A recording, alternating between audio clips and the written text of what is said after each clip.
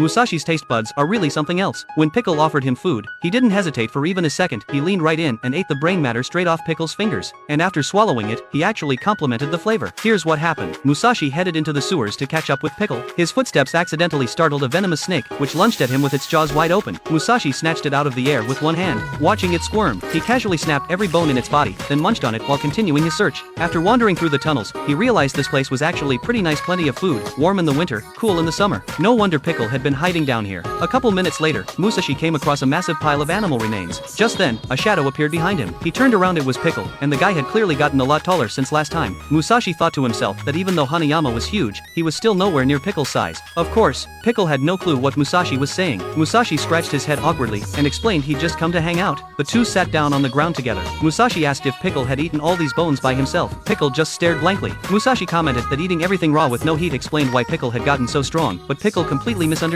He thought Musashi was begging for food, so he dug out a chunk of protein from his dinner and held it out. Musashi was caught off guard, but quickly got what Pickle meant. Not wanting to be rude, he ate it right off Pickle's fingers, chewed it carefully, and said it was delicious. Then Pickle pulled out a fresh serving of raw intestines. Musashi broke into a cold sweat and frantically explained he was already full. He wrapped the intestines in his scarf to take home and said he'd eat them later. Musashi knew Pickle couldn't talk, but he came to chat anyway because Pickle was the only one who could understand what he was going through. They were both brought back to life by Tokugawa, two pitiful souls constantly thrown into fight after fight since the moment they were revived. Even though Pickle couldn't speak, the two had a genuinely great time together, and Musashi finally felt like this visit meant something. As he left, he grabbed his takeout, sashimi, thanked Pickle, and walked away. Meanwhile, Baki had been preparing to erase Musashi from this world. He'd lost track of how many days it had been since he last trained. He wandered the streets aimlessly. Since Musashi never deliberately trained, Baki wanted to keep things fair by living an ordinary life too. But even without working out, his body was somehow more powerful than ever, every muscle packed with explosive force. Even in daily life, his body stayed on high alert, ready to react to any sudden attack. In a split second of mental simulation, his body had already dodged, leaving bystanders completely baffled. Then Baki imagined being surrounded by daggers from all directions. The next instant, his body vanished from where he stood and reappeared 100 meters away in the blink of an eye. Later, Baki found Goki. When Goki heard Baki wanted to take out Musashi, he threw a punch to test him. But when Goki launched a sudden Aikido attack, Baki flipped midair and landed perfectly. Goki burst out laughing. "Not bad, kid, you've gotten a lot stronger." Then Goki noticed an opening and shot a finger strike at Baki with lightning speed. Baki dodged it effortlessly. Goki's jaw dropped. The kid could practically teleport now. Soon, the day of the showdown arrived. Baki wrapped his limbs in tape, his ritual before every major fight. He stretched out completely for one last warm-up. Once everything was set, he stepped into the arena. The crowd exploded. Musashi had been waiting. The moment Baki walked in, Musashi snapped his eyes open and launched himself to his feet. The two met in the center of the ring. But then Musashi noticed something. The feast of delicacies he'd always sensed behind Baki had turned into nothing but cold, rotting leftovers. His rage instantly spiked.